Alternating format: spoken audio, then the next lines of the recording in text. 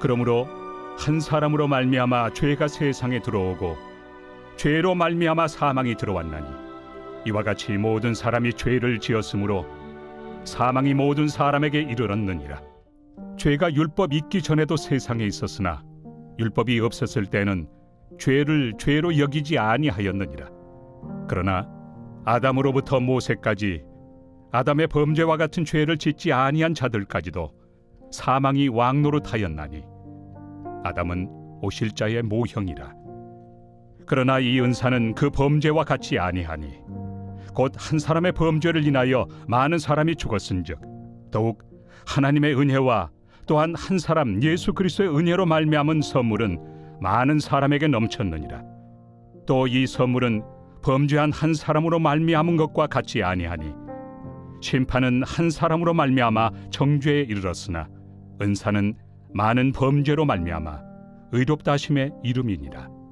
한 사람의 범죄로 말미암아 사망이 그 한 사람을 통하여 왕노릇하였음즉 더욱 은혜와 의의 선물을 넘치게 받는 자들은 한 분 예수 그리스도를 통하여 생명 안에서 왕노릇하리로다. 그런즉 한 범죄로 많은 사람이 정죄에 이른 것 같이 한 의로운 행위로 말미암아 많은 사람이 의롭다 하심을 받아 생명에 이르렀느니라. 한 사람이 순종하지 아니하므로 많은 사람이 죄인 된 것 같이 한 사람이 순종하심으로 많은 사람이 의인이 되리라. 율법이 들어온 것은 범죄를 더하게 하려 함이라. 그러나 죄가 더한 곳에 은혜가 더욱 넘쳤나니 이는 죄가 사망 안에서 왕노릇한 것 같이 은혜도 또한 의로 말미암아 왕노릇하여 우리 주 예수 그리스도로 말미암아 영생에 이르게 하려 함이라.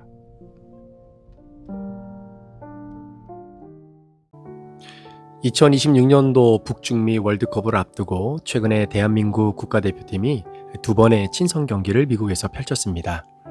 한 번은 뉴저지에서 미국과 경기를 했고요. 또 한 번은 내슈빌에서 멕시코와 경기를 했습니다.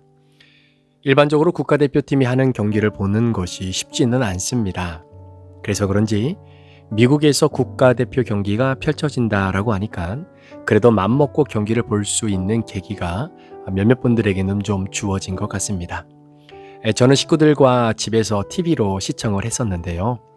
물론 여전히 부족한 부분이야 있겠지만 전반적으로 봤을 때 매우 흡족한 경기를 펼쳐 보인 듯 했습니다. 성적은 1승 1무를 달성했습니다. 그런데 3일 전이었습니다. 현재 우리 교회 유초동부를 담당하고 계시는 우리 김지영 간사님이 휴가 중이신데요.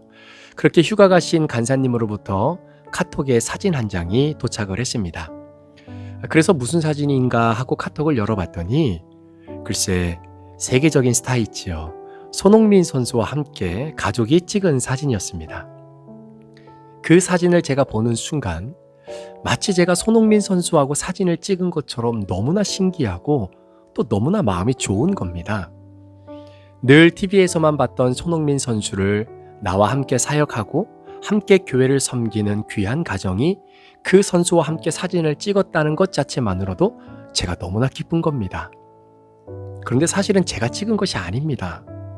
저는 개인적으로 손흥민 선수를 실제적으로 만나본 적도 한 번도 없습니다.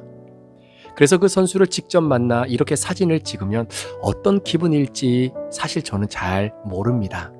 그런데 이번에 간사님 식구가 이렇게 손흥민 선수와 함께 사진을 찍어 보내준 것을 보고 어느 정도는 좀 이해가 됐습니다. 아, 이런 기쁨, 이런 기분, 이런 감정이겠구나 라고 말입니다. 여러분, 내가 직접 그 선수와 사진을 찍지는 않았지만 그 선수와 사진을 찍었을 때와 같은 감정과 기쁨을 경험할 수 있는 이유는 바로 우리 브릿지 식구 중 한 가정, 나와 연결된 그 가정이 함께 그 세계적인 스타, 그 선수와 사진을 찍었기 때문입니다. 그분들의 행복과 그 기쁨이 그대로 저에게 전달되는 것입니다. 오늘 제가 여러분들과 함께 나누고 싶은 메시지가 바로 이 부분입니다. 신학적으로는 전가의 원리라고 하는데요. 참고로 전가의 은혜라고 하는 말은 우리가 한 것이 아무것도 없는데 예수님의 의로움과 공로가 마치 우리 것처럼 전가되어 하나님께서 우리를 의롭다라고 인정해 주시는 것을 말합니다. 마치 간사님 가정의 손흥민 선수와 함께 사진을 찍을 이 은혜의 기쁨이 사진을 전달받은 제 자신에게도 동일하게 전달되는 것처럼 말입니다. 그렇게 본다면 우리 인생은 전가의 원리를 벗어나서는 해석이 안 되는 부분이 너무나 많아요. 혹시 여러분들은 자녀들을 키울 때 좀 답답하다라고 여겨졌던 부분이 있을지 모르겠습니다. 이럴 때는 좀 우리 자녀들이 이렇게도 좀 하고 저럴 때는 좀 저렇게 알아서 척척 잘하면 좋겠는데 그게 사실 부모 기대치만큼 채워지지 않을 때가 있지 않습니까? 한참 자라날 때 열심히 벌어서 이것저것 먹이는데도 불구하고 왜 이렇게 키가 안 크는지 부모 입장에서는 답답하게 느껴질 때가 있을 수 있습니다. 그런데요, 여러분, 그것은 그 자녀의 문제가 아닙니다. 어떤 자녀들은 잘 안 먹는데도 키가 큰 자녀들이 있고요. 아무리 키 크는 것에 좋은 음식이라고 해서 많이 먹여도 키가 안 크는 자녀들이 있습니다. 이유가 무엇일까요? 그것은 내 부모님에게 물려받은 유전적인 요소가 가장 큰 겁니다. 여러분, 성격도 마찬가지입니다. 말투도 마찬가지입니다. 거의 99%는 부모로부터 물려받은 부모의 기질, 부모의 성향 등을 그대로 자녀들이 전가받았기 때문입니다. 심지어 외모뿐만 아니라 가치관도 또한 습관도 마찬가지입니다. 따라서 자녀들이 노력을 통해 얻은 것이 아니라 자연스럽게 부모로부터 전가된 부분이 대부분이다라는 사실입니다. 결론적으로 1%의 노력과 학습을 통해 변화되어지는 부분이 혹 있을지는 모르겠지만 거의 99% 이상은 내 부모로부터 전가되어진 요소들이 오늘 내 자녀들이 가지고 있는 그 자녀들만의 요소들이다라는 사실이죠. 바로 이 전가의 원리를 하나님은 온전하게 사용하셔서 인류를 축복하고 인류를 은혜 현장으로 인도하시기를 원하셨습니다. 그래서 아담과 하와를 창조하실 때 이 전가의 원리로 그들을 설계하시고 창조하신 거예요. 여러분, 아담과 하와가 처음 창조되었을 때 이들은 완전한 존재였습니다. 소위 말하면 지덕체가 완벽한 인간이었다라는 사실입니다. 그래서 이 사람들은요, 하나님과 교제하기에, 하나님을 기쁘게 해드리기에, 하나님에게 웃음을 선사하기에 아무런 문제가 없었던 존재들이었습니다. 그래서 하나님은 아담 안에 있는 그 모든 좋은 것들을 아담의 후손들에게 그대로 전가되어질 수 있도록 계획하시고 그렇게 설계를 하신 겁니다. 만약에 아담이 동산 중앙에 있는 선악을 알게 하는 나무의 열매만 따먹지 않았다면 말입니다. 아담이 하나님이 명령하신 그 명령에 순종만 했더라면 말이죠.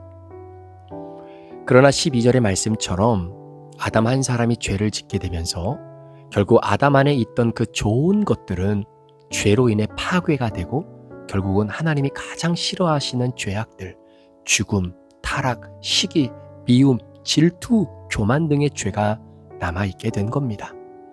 그리고 그 죄들이 아담의 후손들에게 그대로 전가가 되는 겁니다.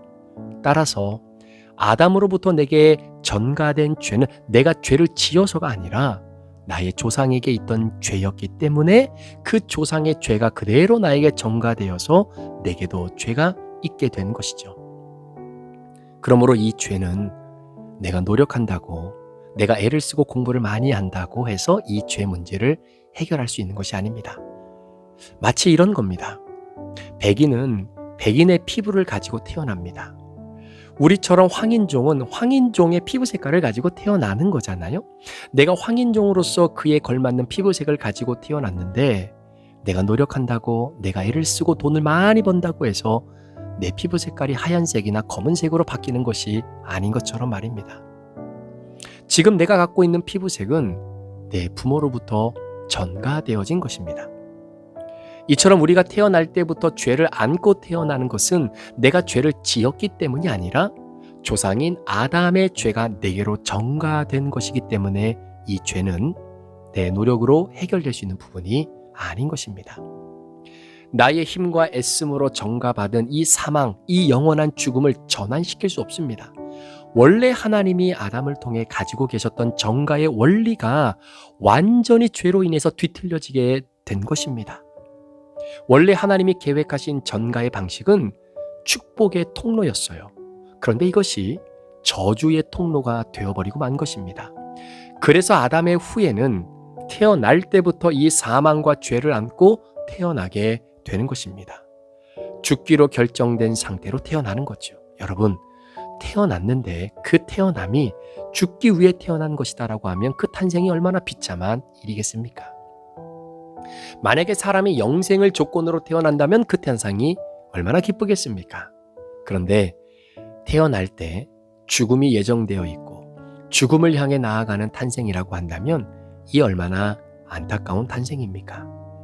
그래서 그런데 생명이 이 세상에 태어났을 때 제일 먼저 내는 소리가 웃음소리가 아니라 탄식의 울음소리가 아닌가요?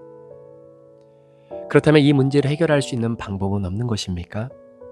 전가의 원리에 의해서 아담의 죄가 내게로 이어진 것이다라고 한다면 나의 조상이 죄악을 범한 사람이었기 때문에 그 죄가 나에게 전가된 것이라고 한다면 나의 조상이 죄가 없는 사람이면 생명과 영생을 소유한 사람이 나의 조상이 된다면 당연히 나에게도 그 모든 것들이 전가되어지는 것 아니겠습니까?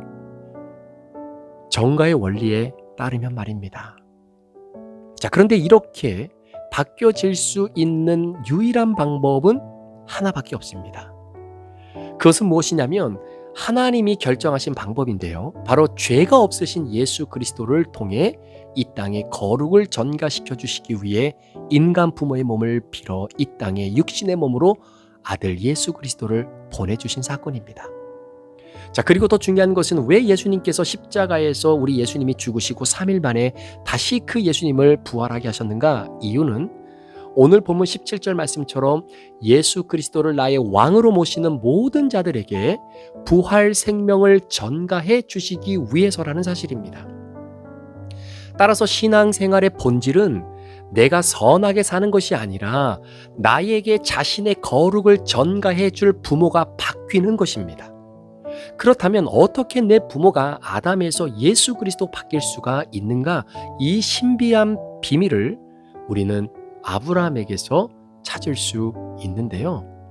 자, 로마서 우리가 지난번에 함께 큐티했던 말씀입니다.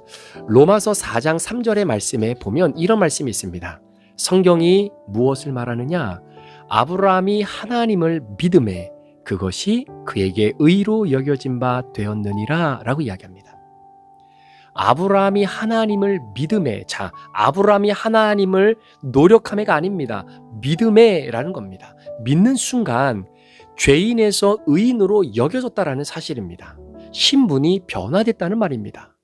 자, 여기서 하나님께서 아브라함에게 주신 것처럼 하나님을 믿음에 그것이 그의 의로 여겨진 바 되어졌다라고 할 때 이 여겨졌다라고 하는 헬라어 동사가 로기조마이라고 하는 동사인데요. 이 단어의 뜻이 뭐냐면 원래 아브라함은 하나님, 여호와 하나님을 믿던 사람이 아닙니다. 달의 여신을 믿고 있었던 사람입니다.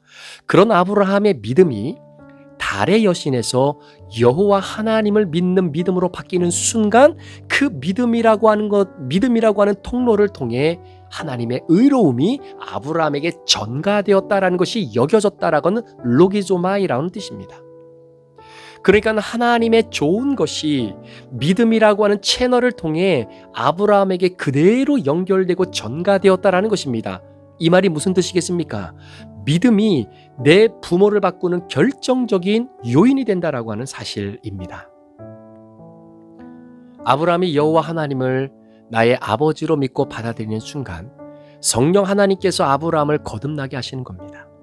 예수 그리스도가 쌓아놓으셨던 영광의 삶, 예수 그리스도의 좋은 영생, 바로 그 모든 것들이 전부 다 우리에게 전가가 되는 것입니다. 이것이 믿음의 능력이고 그래서 의인은 믿음으로만 사는 것입니다. 그래서 세상에서 내가 죄인임이 믿어지고 하나님 아버지가 나의 아버지라는 것이 믿어지는 순간 내 운명이 바뀌어지는 순간이고 그것처럼 기적적인 우리의 삶의 인생의 순간이 없다라는 사실이죠. 자, 18절 말씀을 제가 한번 읽어보겠습니다. 그런즉 한 범죄로 많은 사람이 정죄에 이른 것 같이 한 의로운 행위로 말미암아 많은 사람이 의롭다 하심을 받아 생명에 이르렀느니라. 한 사람이 순종하지 아니함으로 많은 사람이 죄인 된 것 같이 한 사람이 순종하심으로 많은 사람이 의인이 되리라. 여러분 잘 들으셔야 합니다. 신앙은 내가 죄인임을 인정하는 것으로부터 출발하는 겁니다. 그런데 문제는 많은 사람들이 그걸 인정하지 않아요. 내가 얼마나 많은 죄를 졌고 살았기에 왜 자꾸 목사님은 나를 죄인이라고 하는지 기분 나쁘다는 겁니다. 물론 죄인이기는 하지만 내가 죄인이 아니다라고 말하는 것은 아니지만 그래도 하나님이 나를 사랑하시고 나에게 은혜를 베풀어 주시고 나를 너무나 아끼는 분이신데 내가 그분 안에 있으면 다 끝난 것인데 왜 자꾸 나를 죄인이라고 기분 나쁘게 말씀하시는가? 정말 죄송하지만요. 이런 분들은 아직까지 하나님의 깊은 사랑을 경험하지 못한 분들입니다. 왜 그런지 아세요? 내가 철저히 죄인임을 깨닫는 사람은 그렇게 말하지 못합니다. 이유는 내가 얼마나 죄인인지를 깨달으면 깨달을수록 하나님이 그런 나를 구원해 주셨다라고 하는 은혜를 더더욱 깊이 느낄 수밖에 없기 때문입니다. 그러니까 자랑 못합니다. 그러니까 남을 판단하고 비난하지 못합니다. 수근수근거리지 못하는 겁니다. 많은 분들이 이러한 내면의 나의 죄를 내가 통제할 수 있다고 생각합니다. 그러나 정확히 말씀드립니다. 통제가 안 됩니다. 절대로 내가 그 죄들을 핸들할 수 없습니다. 이유는 저와 여러분은 100% 죄인이기 때문입니다. 이걸 인정하셔야 돼요. 그리고 나서 내 안에 있어서는 안 될 죄가 드러나게 되면 애써 내가 해결하려고 그 죄를 해결하려고 노력하지 마시고요.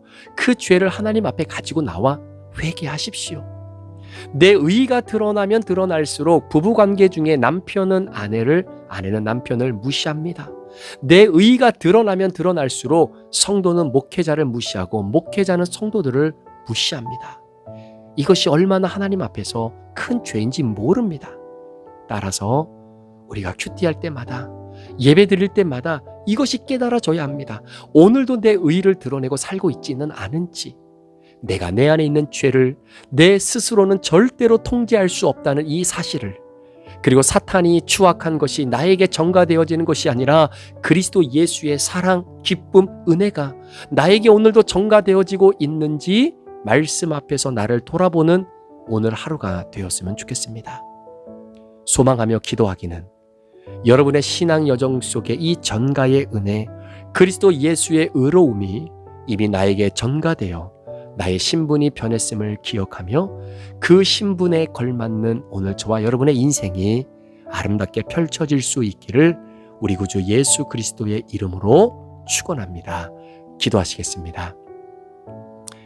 하나님께서 오늘 우리들에게 주신 이 마음의 놀라운 은혜를 품고 우리 적용 질문을 여러분께 드립니다. 첫 번째 질문은, 나는 오늘 말씀을 통해 예수 그리스도께서 전해주신 은혜와 생명의 축복이 내게 전가되어진 것을 믿고 살아가고 있습니까?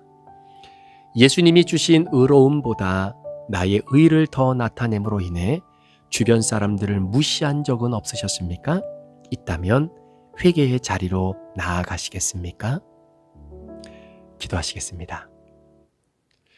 존귀하신 하나님 아버지, 오늘 그 한 사람 때문에, 그 한 분으로 말미암아 우리가 영원한 죄악 속에서 영원한 생명을 누리게 되는 이 전가의 은혜를 경험하게 됩니다. 오늘도 예수 그리스도가 나의 구주가 되심을 믿고 내가 그분께 접붙임 바 되어짐으로 말미암아 그분의 좋은 모든 것들이 나에게 그대로 전가되어지는 이 은혜를 오늘도 누리며 살아가는 주의 백성들 되게 하시고, 내 안에 있는 죄악들을 내 스스로가 통제할 수 없기에 하나님, 이 죄를 주님 앞으로 가지고 나가 회개하며 죄 사함 받고 오늘도 주님이 주시는 은혜를 마음껏 누리며 살아가는 주의 백성들 되게 하여 주옵소서. 내 의가 드러나면 다른 사람을 무시할 수밖에 없습니다. 이 죄에 오늘도 내가 빠지지 않도록 성령님 나를 붙잡아 주시옵소서. 감사를 드리며 예수 그리스도의 존귀하신 이름으로 축복하며 기도합니다. 아멘.